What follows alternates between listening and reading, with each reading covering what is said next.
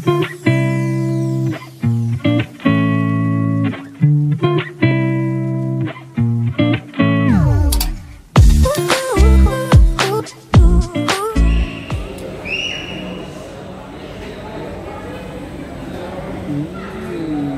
lupa ya, like, share, komen, dan subscribe Pawon Soimut. Halo, assalamualaikum warahmatullahi wabarakatuh. Kembali dengan saya Siti Soimah di channel saya Pawon Soimut.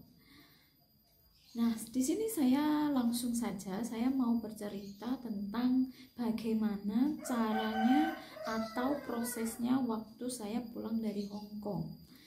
Pertama-tama kita harus swab dulu. Nah, di sana nanti kita swab. Contohnya, saya berangkat terbang itu tanggal 4 lah. Tanggal 4. Jadi saya swabnya itu tanggal 2. Di saat tanggal 2 saya pergi swab, kemudian tanggal 3 saya ambil hasilnya, dan tanggal 4-nya saya terbang ke Hong Kong, ke Indonesia. Di situ hasil swabnya sudah terdeteksi kalau swabnya itu negatif, dan saya juga sudah proses tiketnya itu saya sudah pesan. Tadinya saya pesan tiketnya itu sekitar 28 tanggalnya, karena nggak ada penerbangan jadi adanya tanggal 4. Itu proses untuk saya pergi ke Indonesia. Prosesnya yang pertama kita pesan tiketnya, yang kedua kita persiapkan tes swabnya, dan yang ketiga kita harus isi daftar cuti, maksudnya surat cuti dari agen. Terus yang keempat itu adalah download aplikasi yang namanya e-hack ya. Nah, di situ nanti kita harus isi data-data kita, dan kemudian harus kita diberikannya, nanti kita fotokopi barcode-nya. Bila sampai di Indonesia, nanti pihak Indonesia akan minta e-hack itu yang ada kodenya itu, nanti mereka akan minta, dia akan tut begitu. Terus yang kelima itu adalah pemesanan hotel yang dikarantina dari Hong Kong, itu juga harus kita siapkan. Jadi yang pertama-tama kita mau pulang itu yaitu yang pertama tiketnya. Kalau saya sudah beli tiket pulang pergi. Dan yang kedua adalah swabnya. Yang ketiga adalah surat cutinya. Dan yang keempat adalah aplikasi e-hack-nya itu harus diisi. Dan yang kelima adalah pemesanan hotelnya di karantina. Di sini saya sudah dipesan selama 21 hari. Nah, lanjut lagi. Tadi baru sampai di proses tahap 1, 2, 3, dan 4, dan 5. Begitu saya keluar dari majikan, saya sudah proses dan saya sudah siapkan semua barang-barang yang saya mau bawa. Dan ketika saya sudah sampai di bandara, itu saya sudah langsung check-in.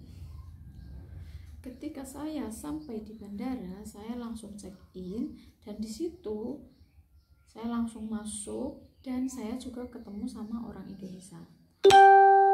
Namun waktu pertama saya masuk ke bandara, di situ saya langsung ke tempat untuk yang kita mengecek koper kita itu melebihi batas atau enggaknya. Dan ternyata di situ koper saya yang saya pesen dari tiketnya 25 kilo, sewaktu saya timbang ternyata cuma 21 kilo. Jadi aman saja.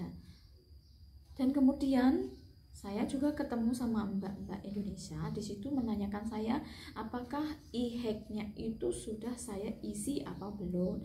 Dan kebetulan punya saya belum saya isi. Dan di situ mbaknya bantuin saya, tapi ini pengalaman saya sendiri ya, ini tidak membayar sedikit pun. Dan kebetulan mbaknya itu nganter adiknya juga yang mau pulang hari itu juga. Di situ saya dibantuin dan langsung saya check in.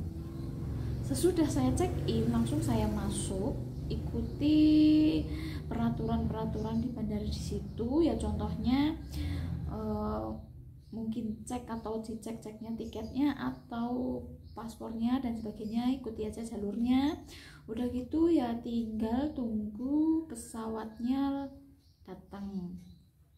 Setelah itu datang, pasnya pesawatnya sudah datang, kita juga langsung naik dan kita tunggu sampai kita terbang.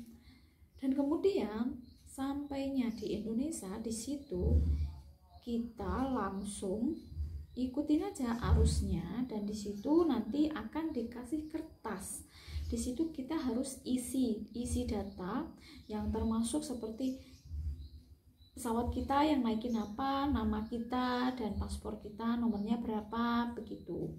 Setelah itu nanti kita sudah ngisi, terus di situ kita akan antri, dan antri itu dia akan minta barcode-nya e-hack yang tadi kita sudah screenshot di Bandara Hong Kong. Nanti kalau sudah sampai di Indonesia itu nanti akan diminta barcode-nya. Dan kemudian setelah kita sudah isi biodata tadi dan kasih barcode-nya, kita akan juga isi data yang di situ kita diminta tes swab kita yang dari Hong Kong itu kitanya positif atau negatif, pokoknya hasil tes swab dari Hong Kong di bandara situ nanti dia akan minta atau lihat. Dan kemudian di pihak dari bandara juga akan ngasih kertas kecil yang itu kalau kita pertanda kita dari sananya tidak terkena virus corona. Dan dari situ juga nanti akan dikasih kertas lagi, disuruh ngisi kalau kita ada terjangkit kena corona atau tidak. Nah, kemudian kita juga tetap ikuti aja aturan di situ, ngikutin petunjuk-petunjuknya itu bagaimana, kita ikutin saja. Selepas itu kita sudah beres, nanti kita ambil koper. Nah, setelah kita ngambil koper, kita masih ikutin aja sampai bagaimana peraturan selanjutnya gitu. Tapi sebelum saya ambil koper itu, saya di situ ada beli kartu telepon yang sekalian internetnya. Saya di situ ada. Di situ kalau itu tanya juga boleh, tapi kalau nggak mau beli di situ, di Wisma Atlet sana sudah ada yang menyediakan, yaitu Bapak Apri di sana. Nah, setelah ambil koper itu langsung kita jalan terus ikuti petunjuknya. Nanti akan kita tinggal menunggu bis yang menuju ke Wisma. Di situ penjemputannya sudah dijemput dari bandara langsung. Setelah kita ambil koper, langsung dijemput dan dibawa ke Wisma Atlet. Di sana di Wismanya saya ke Pademangan, Wisma Atletnya, dan itu ada dua wisma, yang satu Pademangan, yang satunya lagi di Kemayoran, dan saya ada di Pademangan. Setelah mobil penjemputan datang, kita semuanya naik bis, dan disitu juga akan didata atau diceritakan sesuatu, tapi selama sepengalaman saya nggak terpungut biaya apapun hingga sampai di Wisma. Dan diberitahukan ya, selama kita di karantina, kalau bisa mungkin kalau mau minum kopi atau apa itu, kalau saya kemarin bawa dari Hong Kong untuk kopinya. Kalau air panas di sana juga ada, tapi kadang sering habis. Tapi kalau bisa mungkin bangun pagi atau gimana mungkin bisa dapat. Kalau kopinya saya beli sendiri dari Hong Kong, saya bawa. Dan yang kedua, bahwa peralatan mandi itu diharuskan kalau nggak mau beli di perjalanan. di jalan ada. Sewaktu sebelum kita masuk ke Wisma, di situ nanti kan kita antri kan bisnya. Nah di situ ada yang jualan kartu lah, sabun lah, sendal dan sebagainya. Nah di situ saya siapkan dari Hongkong itu, saya copy bawa sendiri dari Hongkong. Dan yang kedua, peralatan sabun saya juga sudah bawa dari Hongkong. Dan yang ketiga, sendal jepit. Sendal jepit itu saya juga bawa dari Hongkong. Nah, jangan lupa bawa uang Indonesia juga, tapi jangan banyak-banyak, sekiranya secukupnya saja. Kalau tukar di Wisma Atlet juga bisa, tapi ya begitulah harganya, agak murah. Kemudian untuk nomor telepon atau internet itu beli di bandara ada juga yang jual, dan beli di Wisma Atlet ada yang jual. Tapi kalau nggak mau ribet-ribet juga, di Wisma Atlet juga ada yang jual. Nah untuk handphone yang mungkin kabarnya isu-isunya itu kan harus daftarkan IMEI juga kan. Nah untuk pendaftaran IMEI, kalau pengalaman saya kemarin itu karena sudah malam tiba di bandara, itu saya tidak bikin IMEI, langsung saya beli kartu dan dipasangkan pakai internet, itu sudah aktif.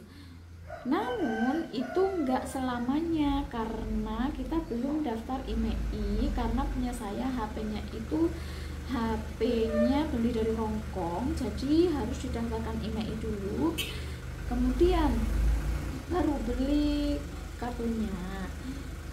Namun di sini kita dikasih waktu jangka 1 bulan untuk melalui proses IMEI itu. Jadi tanpa kita daftar IMEI, kita sudah bisa nyalakan internet kita selama 1 bulan. Setelah 1 bulan nanti baru kita terblokir, nggak bisa internetan lagi gitu. Nah setelah sampai di Wisma Atlet itu, waktu saya tiba di bandara itu sekitar jam 10 malam.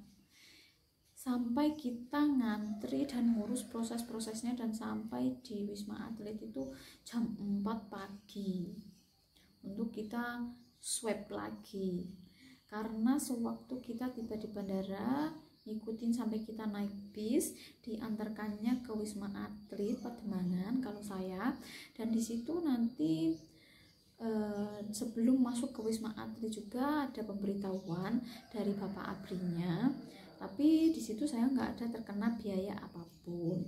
Dan setelah itu kita masuk ke Wisma Atlet, gitu nanti kita ambil kopernya dan kita ikutin Bapak Abrinya itu ngomongnya gimana. Di situ nanti kita akan dikasih kertas kecil yang untuk kita ngisinya ya sesuai aja lah, ikutin aja apa isinya di situ, pasti bisa baca.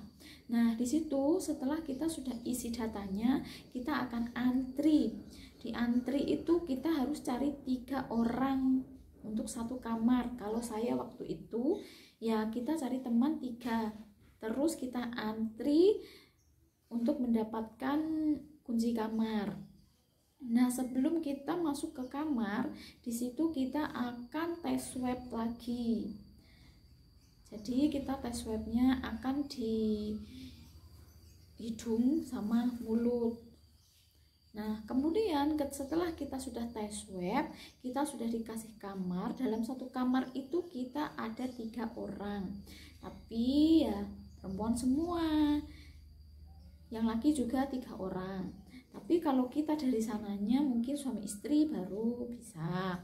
Nah setelah itu kita masuk kamar dan kita akan rehat di situ selama 5 hari. Selama 5 hari kita di situ juga dikasihnya makan 3 kali, pagi, siang, dan malam. Setelah itu kita tidak boleh keluar kemanapun, kecuali kalau kita kenal siapa, mungkin Bapak Abrinya nanya kita boleh keluar enggak gitu. Di bawah ada kantin yang bisa nyiapin mie rebus atau kopi dan lainnya, tapi ya mahal. Kalau mahalnya jangan diomongin ya, maklum lah, mungkin cari kesempatan dalam kesempitan. Yang mungkin harganya sekian jadi sekian, itu sudah biasa, betul nggak? Nah, di situ diharuskan tidak boleh keluar. Tapi kalau mungkin sebelumnya kita pernah izin, kita juga boleh keluar. Hanya saja selalu waspada untuk kita selalu pakai masker. Di situ kita di Wisma nanti di swab 2 kali. Yang pertama waktu kita pertama tiba di Hong Kong, kita masuk ke Wisma, di situ kita akan swab lalu mendapatkan kunci kamar dan langsung kita masuk ke kamar 3 orang. Ya, untuk makan ada pagi, siang, dan malam. Ada juga air putih dan juga ada buah-buahan. Menurut saya juga lumayan enak. Bisa dilihat, cek atau video saya yang sebelumnya yang saya proses itu. Di situ ada gambar-gambar semua makanan yang pagi, siang, dan malam gitu. Ya pokoknya nggak ketinggalan lah, ayam dan nasi, sayur, kerupuk itu nggak ketinggalan, pasti ada telur juga, pokoknya menunya berbeda-beda. Dan di situ selama kita di karantina selama 5 hari, kita harusnya tidak boleh keluar dari kamar, karena sering saya mendengar dari luar itu speaker ya, misalkan tower 9 dilarang keluar kamar, siapa yang keluar kamar cepetan masuk gitu. Pokoknya sering kali saya mendengar kata-kata itu dari penyiaran speaker gitu. Nah, di situ kalau kita mungkin pengen banget ngopi, waktu kita nggak bawa kopi atau sebagainya, kita bisa turun ke kantin, tapi ya harus waspadalah dan jaga diri. Tapi kalau harganya mahal ya jangan banyak bicara, karena ya memang begitulah. Tapi kalau saya bawa sendiri dari Hong Kong, saya bawa kopi sendiri. Kalau bisa ya juga bawa pop mie dari sana, tapi ya jangan banyak-banyak ya. Nah, kalau untuk makan jangan khawatir, di sana sudah disediakan pagi, siang, dan malam. Untuk buah-buahan ada dan air minum. Setelah itu, sebelum kita pulang, setelah tiba 5 hari, sebelumnya itu nanti kita juga akan swab lagi gitu. Kita akan swabnya 2 kali, waktu datang dan mau pergi. Lanjut lagi, setelah kita tiba di Wisma, ada kita di tes swab 2 kali. Itu yang pertama datang dan yang kedua mau pergi. Nah, di situ setelah kita swab, hasilnya adalah malamnya. Contohnya kita swab pagi, terus nanti malamnya baru keluar sekitar jam 10 malam. Di situ saya ada 3 orang. Yang pertama jam 10 malam itu nanti akan diketok hasilnya. Di situ yang membuat saya deg-degan, ketokan pintu itu bukan keluar hasil semuanya, tapi waktu saya pengalaman pribadi sendiri itu ketokan pintu jam 10 malam itu yang keluar punya teman saya. Jadi saya merasa deg-degan, kok kenapa punya saya belum keluar gitu. Tapi ya sampai nggak bisa tidur sampai pagi itu jam 10 sampai pagi itu, sampai paginya jam 4 saya nggak bisa tidur karena nungguin hasilnya. Kenapa punya teman saya sudah keluar, punya teman saya yang 2 belum keluar. Jadi kita merasa takut, tapi kita berdoa ya alhamdulillah jam setengah 4 itu diketok pintunya dan hasilnya negatif. Nah, di situ sebelum keluar hasilnya ya siap-siap mungkin dijemput atau kita naik travel. Di situ hasil saya keluar jam setengah 4 pagi dan saya langsung dijemput, jadi ya naik kereta besok paginya. Kalau yang mau naik travel di situ juga sudah ada. Terus kalau yang dijemput juga sudah boleh. Terus kalau yang mau dicarikan transportasi menuju ke bandara juga ada. Pokoknya di situ ada, yang penting kita mau bertanya saja. Kita nanyanya sama Pak Abrinya gitu. Nah, Setelah dari situ ya alhamdulillah saya negatif, kemudian saya pulang dan hingga alhamdulillah selamat sampai tujuan hingga di kampung saya. Terima kasih sudah mendengarkan konten saya dan jangan lupa like, comment, subscribe dan sharingnya di channel saya Pawon Soimut. Bila mungkin ada suatu kekurangan ya mohon dimaklumi saja. Namun konten saya ini berisikan ya makanan, jalan-jalan, minuman, dan masak-masak dan lainnya. Terima kasih. Wassalamualaikum warahmatullahi wabarakatuh. Bye bye.